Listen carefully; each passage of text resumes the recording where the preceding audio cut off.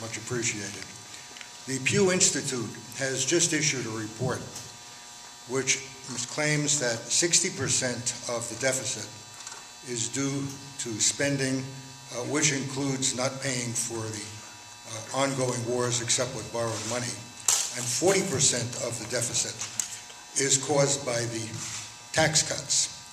My question is, why is the emphasis on dealing with social programs and a total resistance to tax increases, which represent 40% of the deficit?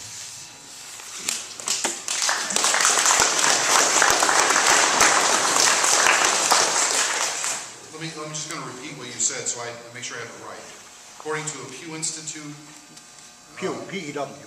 Yeah, the Pew Institute, they say 60% of the deficit is for, when you said not paying for war? Spending, which includes the wars which were not budgeted for or Okay, paid for. I'm sorry. So wars that were not budgeted for. Not budgeted for or paid for except with borrowed money. Okay. So 60% of the deficit is based on wars not planned for And or spent. paid for by borrowed money. And then 40% is because of tax cuts. That's correct. Well, on its premise, I would argue that they're excluding every other No, I'm service. sorry, it's not 60% due to the war. It's 60% due to increased spending, which includes paying for the war with borrowed money. 40% of the deficit is due to the tax cuts. Okay. Well, we're spending about $700 to $750 billion on the Department of Defense. We have $2.2 trillion in revenues. So I'm not sure what data points they're using, but it sounds like, without seeing the study, they're excluding all non-discretionary spending. No, that's not true. No, let me just say it one more time, make it clear. The deficit in total is represented by 60%. 60% of the deficit is represented by spending in general, which includes a number of things. 40% of the deficit is represented by tax cuts.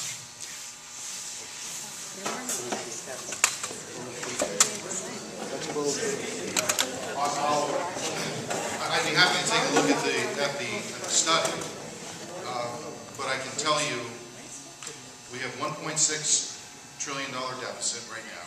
We have a $14 trillion debt. Our revenues are $2.2 trillion. We're spending $3.6, $3.7 trillion. That has been going on for years. We're only spending $750 billion a year. So of that, of the 3.7 that we're spending, 750 billion with a B is on defense. So, I mean, again, without seeing the study, I'd have to. I don't believe that. I actually don't think the numbers make sense just based on what you're. Okay, my question should be. I'm sorry. My question, I think, should be, why are you addressing social programs and not tax increases?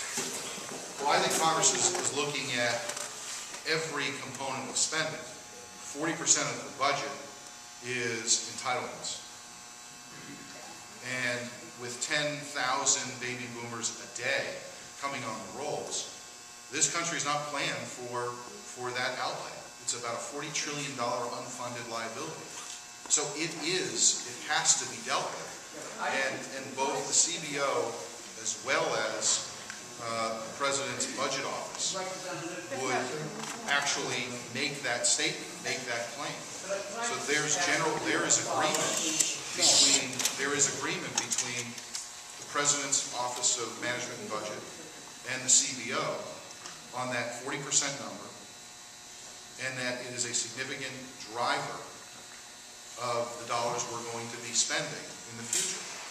Now, that doesn't suggest that you don't look at other areas of the budget. In the budget proposal, we reduce spending in defense. Why don't we just raise some taxes, since that caused 40%?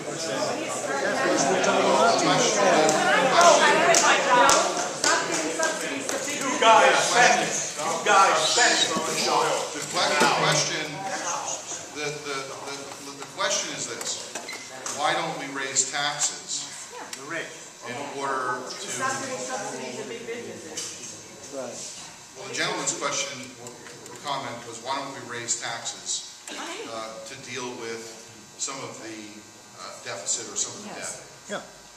My position on raising taxes is this.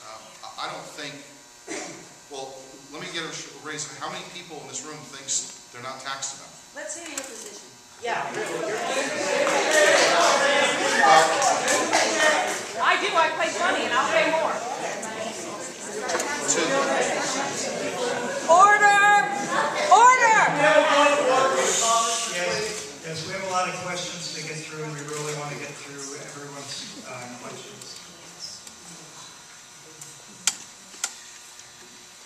The reflection here of whether we should pay more in taxes or not is roughly representative of what the country feels about raising taxes. I don't believe economically that it's good public policy to be raising taxes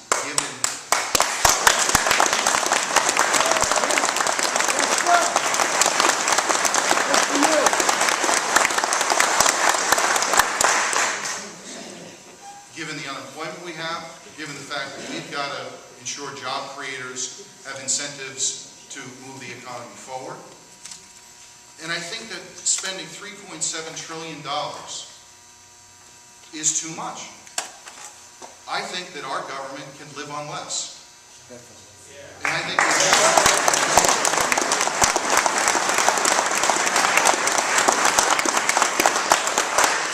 I think we have a responsibility as members of Congress to make sure that every dollar that is spent in Washington is spent as effectively and as efficiently as we possibly can.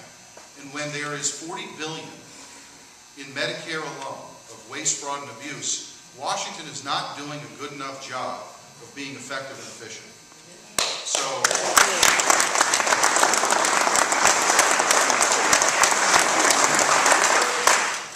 what I'd like to try to take a stab at is being more effective and efficient with the services that are provided at a federal level.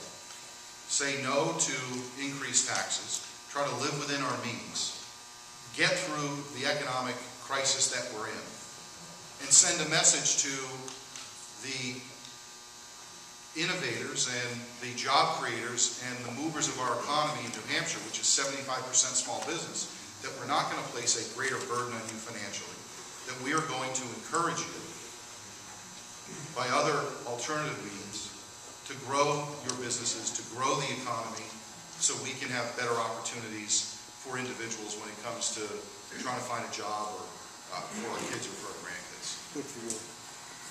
Next question is